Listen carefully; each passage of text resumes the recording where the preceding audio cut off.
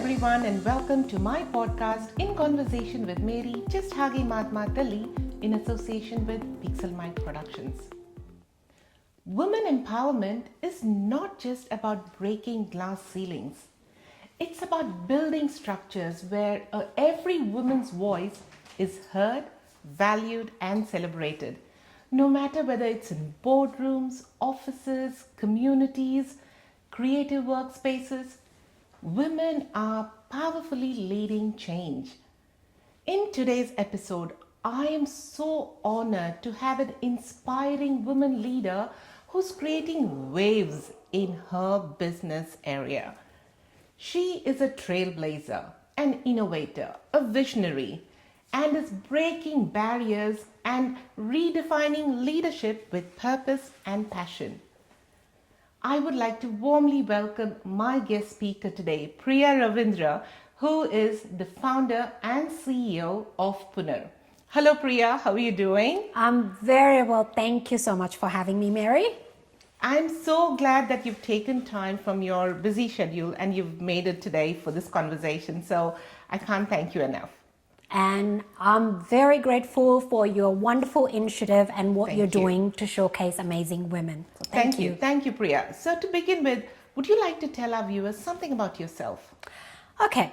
Interestingly, my dad's side of the family, they are from Kurg, Kodagu, for Kannada viewers. So, but interestingly, I don't drink coffee. I'm a tea drinker. Okay. So I think that's something different. Okay, so if you want me to jump in and explain, I can just go ahead and do that, Mary. Should I just do that? Okay, my journey started obviously all back in Mysore. So born and raised in Mysore. But as I said, dad's side of family is still in Kurg. And did the usual thing, I had a very happy childhood, amazing, strong grandmothers, very loving, aunties, uncles, and incredibly supportive parents. But during teenage years, I did something really crazy because I know how teenage years are like for everyone. I did something really crazy in the sense I decided to just hop on a plane and get to Australia. So that's my journey. Well, on a serious note, this was because I was planning to initially get to US. Oh, okay. But then, US and given the crime rate and stuff like that, my parents were getting worried. So somehow the universe had different plans. We saw the Australian Universities exhibition. I went in, had a look, and I thought, okay, this looks nice. Why not? Because I always wanted to, right? So wrote to the universities, they sent me back these thick brochures and everything, and rest is history. I got on a plane. My parents believed in me, they supported me, so did my extended family members, and for that I'm very grateful because it's not very normal, right, for a young Indian girl, that too young teenage girl from India, to travel all by herself to a completely different country, different continent. Absolutely. And set a new life for herself. But I've been very lucky. And Australia also has been nothing but an incredible, home for me. So I call myself super lucky because, I've got two incredible homes, India and Australia. So I did electronics and microengineering back in Adelaide. Wow. One of the 4 girls in a class of 70 other young men. Wow. Yes. So I was like, this doesn't look right. So me and a few others from, university students, we all got together, went around high schools. We were teaching kids how to code because we wanted more girls and more students to take on science and engineering. So that kind of thing is always there, right? If I see something and if I don't like it, you'll see me. I'm one of those. Yes, I will complain maybe once or twice.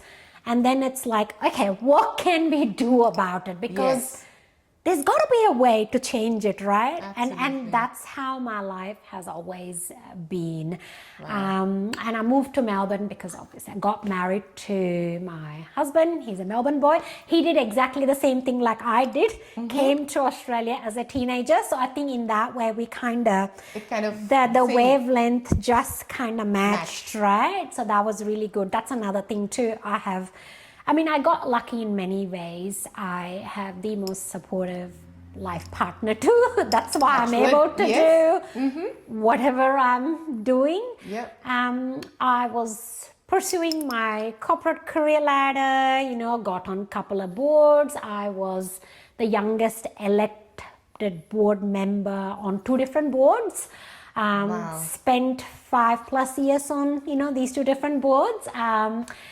Climbed the corporate career ladder and then decided to, for health reasons, I had to take a back step and obviously make sure, spend time with my child. Yep. Then got back into the, career path again. But this time I started my own consultancy, running projects for a not-for-profit client group. Yep. And it's only during COVID. Well, look, it was all good, I knew that I was working for not-for-profit group, I was doing meaningful work and everything was going really well. But around 2021, I lost my uncle, Chikappa. So that kind of really made me question a lot of things. And I'm like, yes, I understand I'm doing all, sort of keeping busy. It's meaningful and all, but I'm like, am I really aligned with my life purpose? Because for me, I'm all about making sure women get the chance, their chance to shine, right? Wow, yeah. And also making sure that they are paid for the work that they do. Yes. Their voices are heard. And that's when I'm like, no, I really need to kind of push what I was doing somewhere in the background, which is, Punar, basically. So that's coming to my next That's question. right. So what inspired you to do Punar? Just to get to that, For me... Sorry, Priya, because you were in such great corporate roles and doing amazing. You put it so simply that you were part of the boards, but that's a huge role by itself, and being there up on the corporate ladder and to, kind of think differently and say, okay, let's do something else, a passion that was within you, I guess. So what initiated you to do Punar? There's few things. It wasn't just one thing, right, to start Punar. First, during COVID, I saw people just keep buying and buying all these things, and I'm thinking, where is it gonna end up, right? So that's one thing. And something in me wasn't feeling okay, and I'm like, there's gotta be a way, right? Gotta be a way. And by then I was already speaking to some of the organizations, and especially women-owned kind of enterprises back in India who were using recycled yarn coming from the textile waste and weaving saris. Okay, so that was all good. So I'm thinking there's got to be more to this. And that's when I started working with one of the organizations to develop fabrics, actually using recycled yarn and kind of make different types of fabrics. Not easy. Because it can break. Listening to that is like, oh my God, there's a lot of work behind the scenes that happens, isn't it? That's right. And the first few samples which we developed wasn't good quality. Then I thought, what's the point of making something? If it's still going to go back into the landfill just after one wash, what are you going to do? So after several iterations, we were able to develop handloom product where we use a blend of recycled yarn and the regular cotton and create some of the most exquisite products, like any kind of towel, throws, picnic rugs, you name it, if we can do it all. But it wasn't overnight. All this takes time, isn't it? Exactly. Because one, you need to do research and then you need to trial.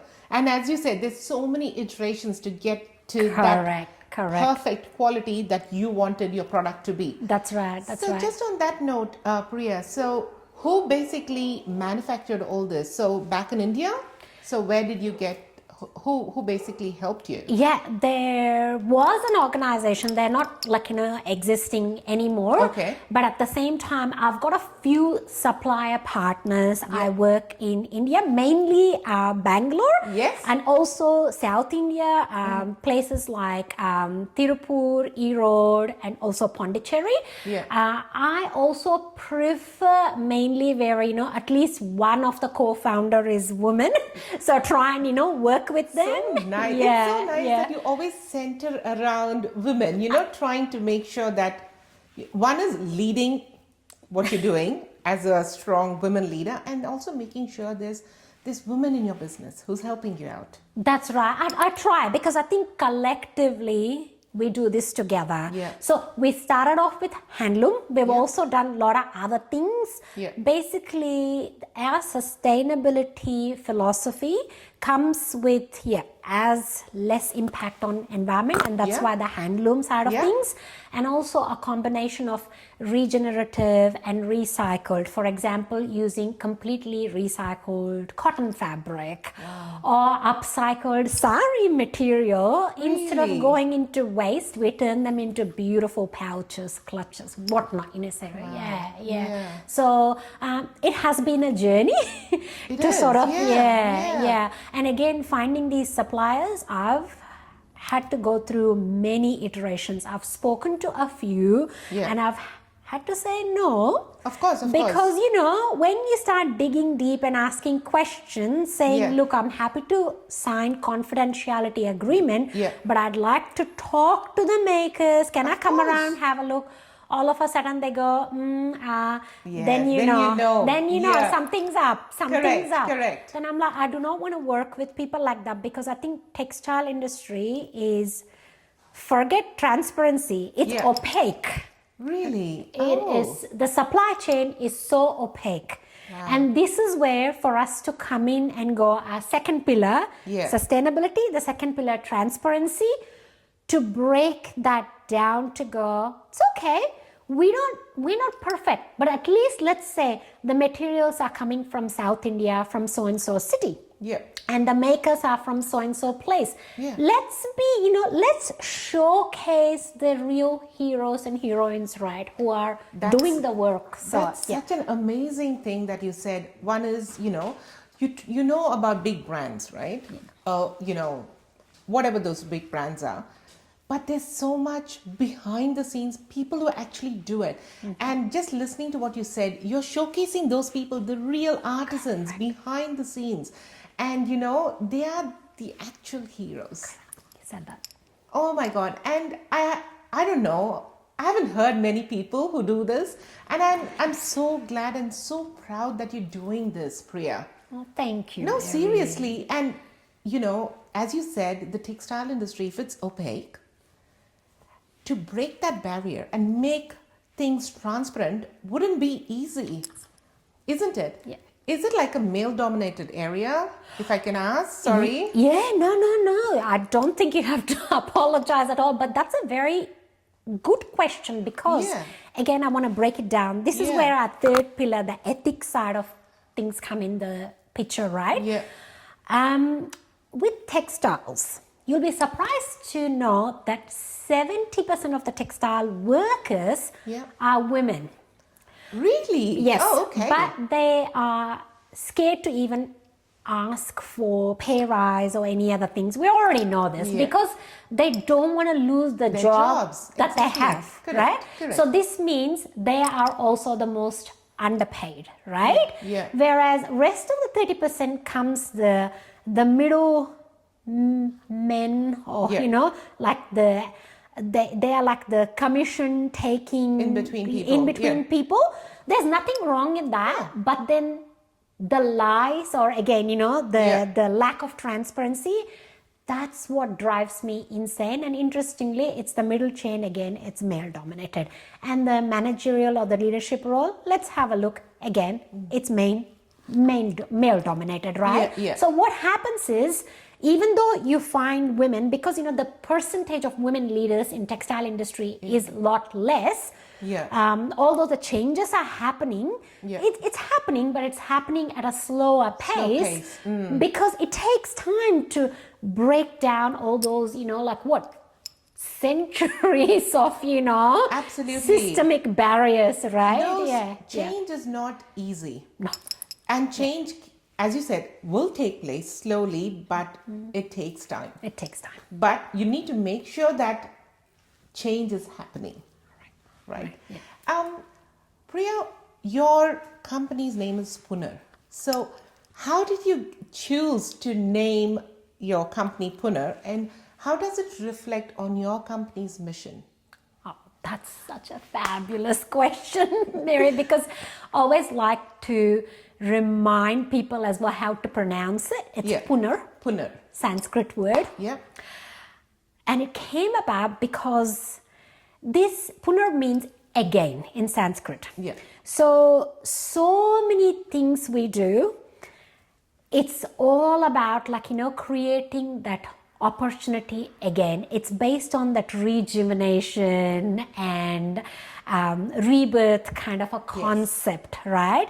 Because we're doing many things. First of all, materials, right? We're giving them a chance again. Correct. Instead of that turning into a landfill textile waste, right? Correct. Because right now, as we speak, every second, a rubbish truck full of clothes is going and dumping those clothes somewhere in the rubbish yard, right? Yeah. There's no planet B. There's only one planet. So where are we going to go, right? Yeah. So that one, right? Giving materials a chance again. And second thing, artistry, people who are behind the scenes, makers, giving them a chance again to share their story, and and giving them an opportunity to sort of earn that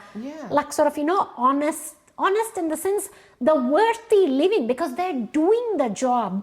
They need to be paid for their job. 100%. No one's gonna enjoy going to the work and coming back knowing that you're getting fraction of a pay. We don't want that. So that's why we are kind of giving women in the textile sector, and also people in the especially makers in the textile sector, a chance again to take the center stage, right? And consumers, giving people, whether it's like B2C, direct consumers, or B2B, organizations who buy from us, giving them a chance again to source, from ethical and responsible companies like that. So that's so nice. Sort of philosophy, Punar. So, the way you put it together is so beautiful. It's about giving a chance again. Wow. Yeah. It means a lot. It means a lot, especially for the women artisans. As you said, 60% of them are women, and you're giving them a chance to make sure. One is making sure their voices are heard, and you also is it? Just correct me if I'm wrong. Are they given equal wages like men, or is that happening? That's one of my conditions on the collections that I request to work, especially with handloom. First of all, it's all made by women so far, all are handloom, which gives me so much joy to declare. So obviously, and they're getting paid same wages as men, and that's why I'm so happy that we can do this. They must be so thankful, and when you kind of raise them a bit, they will give more than 100% to what they're doing. Isn't it? Yeah. And it's so nice to see women like you out there, business entrepreneurs like you, Priya, who's doing so much for the people within the sector. And I want to shout out to my supplier partners, especially Nandita and Sakshi and all, because look, I get to work with them because again, they are actually working with me and making sure they're already doing such amazing work. And obviously when I go to them to get our collections ready, it's just kind of everything comes together so beautifully. So nice. And everybody is sort of compensated for their work, and every voice is heard, and that's where transparency wise, right? I always say you probably see this, whether it's in social media or on LinkedIn. I have no problems. I'm always, calling out, like Yeah. sort of, creating, saying, I work with some of the incredible people, and that's why I'm able to sort of, create Yeah. what I'm creating as well. Yeah. Wow, Yeah. that's so nice. Yeah. Now, when you establish any business, right, there will be challenges. So I'm sure while you were establishing Punar, you'd have faced a lot of challenges. And if you would like to name any, and how did you overcome them, Priya? Plenty. First of all, although born and raised in India, but then when you live here away for so long, you sometimes forget there's different ways of working, right? There's a Yes. cultural difference. It's like you need to build the relationship. You need to have that trust. It's not just saying, I need this, and then, come back and go. Correct. It's not like that, because Yeah. people need to feel that they are part of the journey, and that takes time. So Yeah. that's why we've invested so much time in the R&D phase. Wow. And again, failing fast, trying different, fabrics, not working. Yeah. So that was again one of the big challenges. And also some of the challenges is to do with logistics, where no matter you have tracked shipping, things go missing. Oh my Sometimes they arrive 2 months late. So what do you do? Sometimes they get held up in customs. Even though you've made allowance for 2-3 weeks of, the kind of contingency time. Yeah. Sometimes that's not enough. That's simply not enough. But you live and learn, and also you have to be very transparent with your consumers, saying this has happened. And interestingly, that's the thing, when you're transparent and you communicate with people, people are so forgiving, and they come to the table with alternate solutions, and you still make it to work. That's so nice. And that's such a nice thing that you touched on, saying that when you're honest and transparent with whoever your buyers or whoever they are, they will value that. Isn't it? Yeah. How old is Punar now? Now we're almost three this November. Wow, nice. But that's officially as a company, right? Yeah. Prior to that, we were still behind the scenes. Yeah. Trying and failing, making so many, varieties of fabric, and going, oh my God, this might work. No, this is not working. Don't know what to do. So, So it's almost 3 years now. It's probably, I'd say, easily 4+ years, including, the trial and error, the research, the development, and all those things. So, Nice. So how is your work unique to the others within this space, if I have to ask? Okay, yeah, definitely. First of all, for me, I believe in collaboration over competition. Yep. While different people are doing many different types of things, for Punar, it's these 3 pillars that we always declare when we are working with consumers: the sustainability, showcasing the materials as much as possible, where they're coming from, and, less impact on earth. The ethical side of things, where we actually highlight or showcase the makers, and the hours of job created where possible, we're very transparent about that. And the third pillar, again, it's the transparency, where we are able to sort of, get things are made in women-owned production units where possible, or otherwise we try and look for SEDEX certified or FATED, certified kind of organization. So it's made ethically and transparently, and most of all, my culture, my heritage is very important to me, and that's showcasing that. So Absolutely. That's good. So as a woman entrepreneur and a leader, you'd have learned a lot of lessons. It's not just with Punar, previously in your previous corporate role to now, as a woman leader, you'd have definitely learned a lot of lessons. What is it is there anything that you would like to share on that? Definitely. Number one thing I'll say is trust your gut.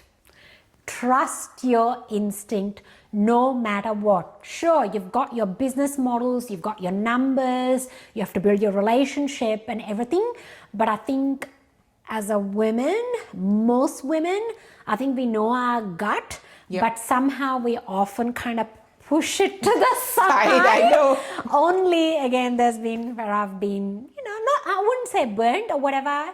Yeah, there were pitfalls in the early days of business and where things hasn't worked out, and I knew that, I should have trusted my instincts. Yes. Yeah. So it is just trust your gut. That's right. And That's right. keep moving ahead. And keep moving ahead and believe in yourself. Because if not, who will? You got to believe in yourself. Because, Priya, people who start businesses, like small businesses, they'll start with so much of passion. And when things suddenly run downhill, they'll just lose it, But the thing is about trust your gut and strive for success and keep moving ahead, isn't it? Absolutely, 100%. You are amazing. You just kind of nailed it on the head. You see, there's no way I could have summarized how well you did. But that's true, isn't it? Because I want our listeners to, take that very important point that Priya made. It's no matter whether you're in business or whatever you do, trust your instinct. You do listen to people, you do take advice, but go with your gut feel, right? You know what, Priya, you've received a lot of accolades. Seriously, just looking at that list, I just went, wow, this lady is like, oh my God, like a superwoman. I will list the awards that Priya has received till date, and I'm sure you will say, wow, just like how I just feel. Some of the awards that Priya has received till date is in 2023, Priya received the SheCom Editor's Choice Award. In 2024, she received Oz Mumpreneur Bronze Award in Sustainable Product category. In 2025, Beam Award Silver Prize Sustainable Products. 2025 Clean and Conscious Gold Award Plus Editor's Choice Award.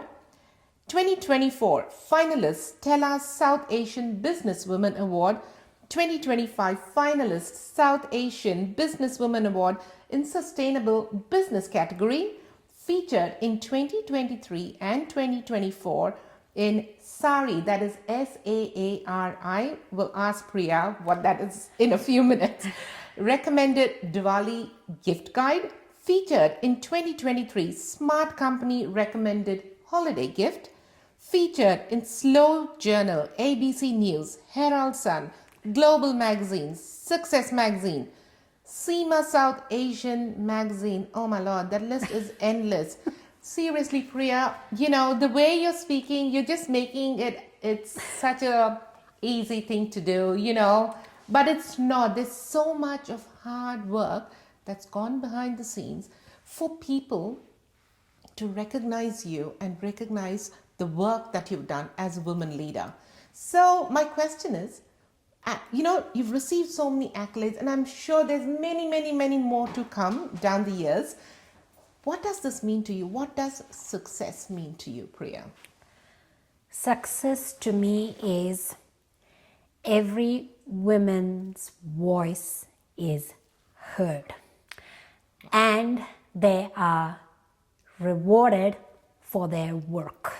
That's so nice. Yeah. And all these things you listed, thank you. Yes. I think I'm just the representative. Mm-hmm. It is a collective, award. It's not mine. Yeah. It belongs to Punar women, not just the makers, but also the supporters and, every single person in this community. So, wow. So Priya, listening to what you just said about the accolades and giving credit back to the people, to the people who work with you, the women artisans, and you're kind of making sure that the award is, yes, it's for you, but it's for the team on the whole, right? I think so you're very humble, Priya.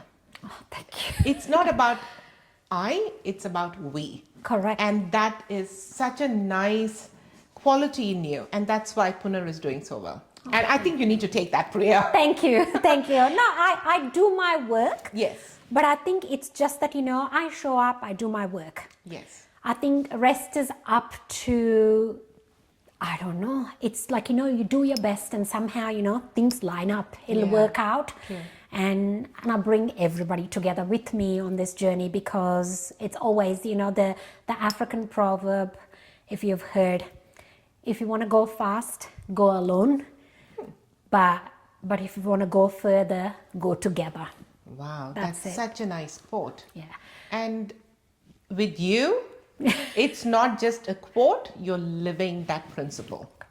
Which is really commendable, Priya. Priya, one of the awards said SARI, SAARI. What is that? What kind of... Oh, I'd love to talk about SARI. SARI is actually a South Asian media collective founded by Sandeep Verma. So Sandeep's doing some amazing work with the SARI collective, because they cover anything and everything related to South Asian community, whether it's founders, entrepreneurs, South Asian founded organization, businesses, not just arts and entertainment kind of field, but even startup space. They go to even tech kind of conferences and all, making sure bring that South Asian representation in Australia. Yeah. So they are brilliant. Every Diwali they put together the Diwali gift guide, and amplify South Asian founded businesses. And I've been so blessed that 2 years in a row I've worked with them to Punar was listed in the Diwali gift guide. I'm just so grateful. And Sandeep and Sari team, they are doing an amazing work. So, yeah. Yeah, that's nice. Shout out to them. So, Priya, with Punar, it takes a lot of your time, isn't it? How do you strike work-life balance, Priya? Because you have a little... No, I do have a daughter. Yeah. I do have a daughter. Yeah. And this is where I always say, I'm not doing this alone. Yeah. I have my village with me. I have incredible group of mums who step in and sometimes help out with Eva when need be. Sweet.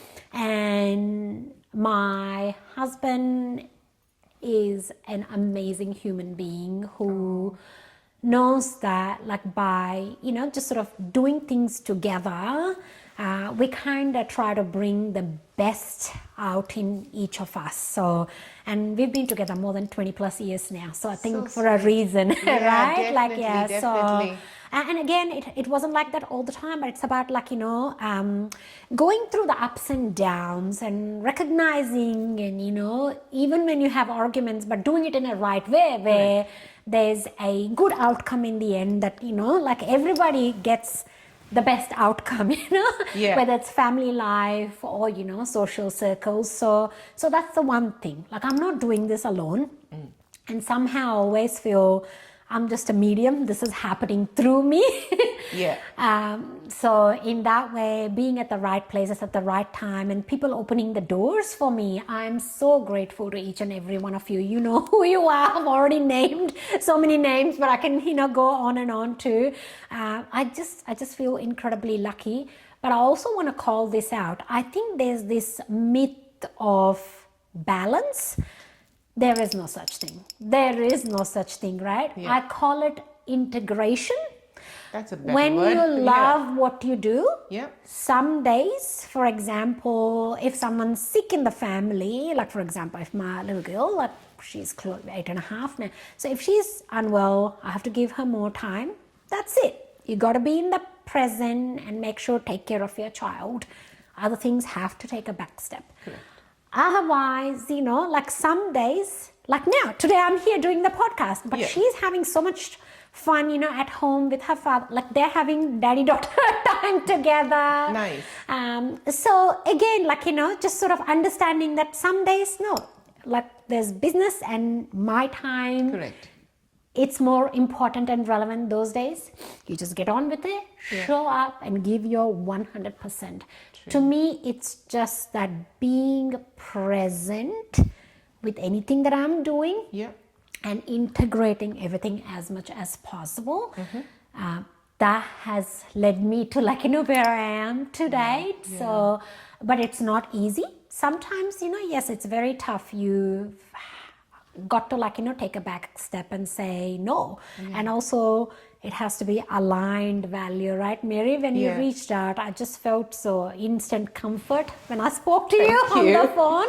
I knew that you're my village, so that's so I'm going to do this with you. I knew it. So and I've also said no to some things because I think again there was no alignment. So I definitely want to call that out. Balance, I think, is a myth. It doesn't happen that way. You just got to integrate your life. That's true. That's so well said, Priya. Yeah. It's not about the balance. It's about the integration. That's something new I've learned today. So you learn everything. Every day you learn something new. And today I like that. And you're right. It's not about a balance. There's nothing like a proper balance. It's about, working together. Correct. Isn't it? Yeah. That's amazing. Hey, you've spoken so much about, standing up for women and, voicing out for them. And we can see that through your company, Punar. Who has been your inspiration till date, Priya, and why? I can start off at home first because both my grandmothers, incredibly strong, characters, always the message was, come on, do your best. And I believe in you, it's in you. Correct. And same, both my parents, they've worked and my dad still, he's a lawyer, still working. And Ammanu, university, she was teaching, a lecturer, then moved on, climbed, her career ladder too. Just to show that, anything is possible. So that's been amazing for me from a home perspective. To have that foundation at home at that young age, that's really great, right? But when I came out to Australia and I started my career, and that's when, I saw Indra Nui, the PepsiCo, former PepsiCo CEO. You see, in a world where there was hardly any women of color, let alone a woman of color in that kind of senior kind of role. I'm thinking, oh my God, she's Indian, she looks like me. Hey, if she can do it, imagine what I can do. Correct. That I think was just kind of a, like a groundbreaking thing which kind of made me shift my mindset going, if she can do it, okay, you know what? I can do it too. It wasn't envy. It wasn't jealousy. Oh, nothing like that. It's that inspiration, as you said. You just draw that inspiration, isn't it? Correct. Look up to her. And before starting Punar, again, I want to shout out to two specific women. This is multi-business founder. Her name is Sunira Madani, daughter of immigrant parents in US. Amazing. She built $1 billion fintech enterprise, tax and exited, and now she's building Worth AI again, making sure women, especially people in business, small to medium enterprises and all, they are getting the equitable credit rating for their business and building an AI based business. Her name is Sunira Madani. She's just such a gun. I connected to her on Instagram during COVID. Despite of being this kind of a, mega whatever, $1 billion enterprise founder, she will respond to many of your Instagram messages and she goes, you got this, you keep going. And she's founded CEO School, which is open to women worldwide. And I highly recommend people to check it out because just to get that boost, to get started. Such an inspiration. And the other lady that inspired me a lot is, again, women of Indian origin. Shilpa Shah, founder of Kuyana, a sustainable and ethical brand. They work with the South American, and Central American women artisans. It's amazing, and everything they do, again, it's very kind to the environment, and products are so luxurious and beautiful in a way they last very long. And you can also take it back for repair. So it's that regenerative, So same, Shilpa, kind of if I go back, say something on Instagram, the fact that these women are taking time out and saying, you got this, you know what, you are going to do it, Don't you worry about it. Keep going, Gil. That to me is like just blows my mind. The kindness that people bring, right? I'm forever grateful. So you see. You know what? It's so nice that people of that stature is still responding to people. You know, we talk about women empowerment, women supporting women. But when you look at, you know, as what you said, all these powerful women out there, they are so busy. There's no need for them to respond to anyone. But they do. They do. You know, and that is something that you take away, saying that we should be doing that as well. It's like a ripple effect. I always say that. It's a ripple effect, you know. Someone touches you, you need to do that so that people learn. Isn't it? Yeah. That's so nice. Absolutely. Absolutely. That ripple effect, Mary. See, I love it how you summarize things, Mary, by the way. So I'm having so much fun, by the way. Thank you. Like dear, that's nice. Nice to hear that it's not just like an interview. You need to enjoy what you're saying. And this is a great chat. This is you know, it's really like, you know, it's amazing how to say it's almost like a discussion forum. Exactly, right? isn't it? That's nice, Priya. Yeah, I love it. Priya, last question. Is there any message that you would like to convey to our viewers? Two things. I know in today's world with everything that's going on, I know it's very easy to kind of feel very stressed and anxious and kind of live in fear. I please request each and every one of you, if you're watching this, my message is the power is within you. Please don't ever be afraid. You're loved, you're blessed, you're protected, you're safe. We're gonna get through this together. So there's a place for each and every one of us in this world. So live from within, you know, look inwards always. The power is within you. So be yourself. Wow, that's such a powerful message, but such a meaningful one. And again, it's all about believing in yourself. Correct. Because if we don't, who else will? Absolutely.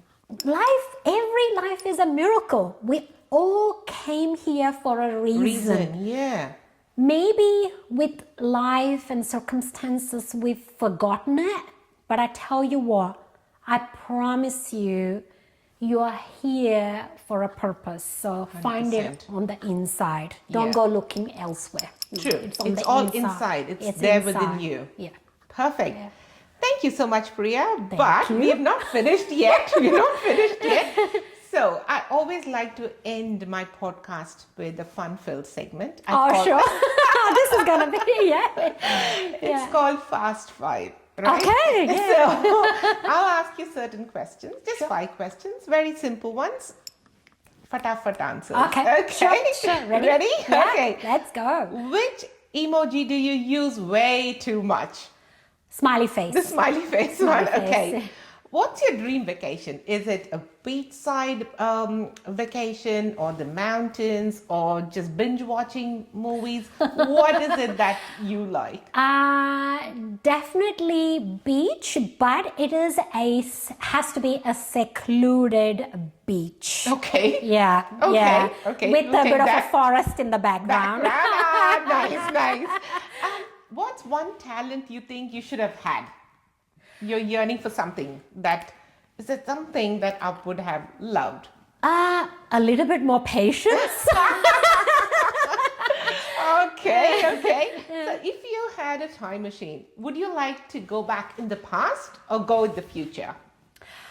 Okay, I would take future. I'd take future. Right, perfect. Yeah. And the last one is, if you could have dinner with any fictional character, who would that be, Priya? I know this sounds really, as much as whatever it is, no, Mother Teresa, because Nice. I really want to sit with this incredible person and I really want to understand. There's a few things and I think it's only her I can ask. I want to know in terms of that being of service to others and selfless service. yes, that's right. I really want to. So that's Perfect. Yeah. Perfect. So we finished our Yes. first 5. You've done really well. Thank you so much, Priya, for having this conversation. It just felt like as if I was having a conversation with a long lost friend. Kumar and I wish you really well. May you achieve much more success and many more accolades because you deserve it. I'm sure all our viewers who are watching will draw inspiration from a very strong woman leader as you. And always remember, the power is within. Thank you again for your time and thanks for this conversation, Priya. Thank you for having me. I really appreciate it. And I think you and Kumar are so hospitable. You made me feel so comfortable.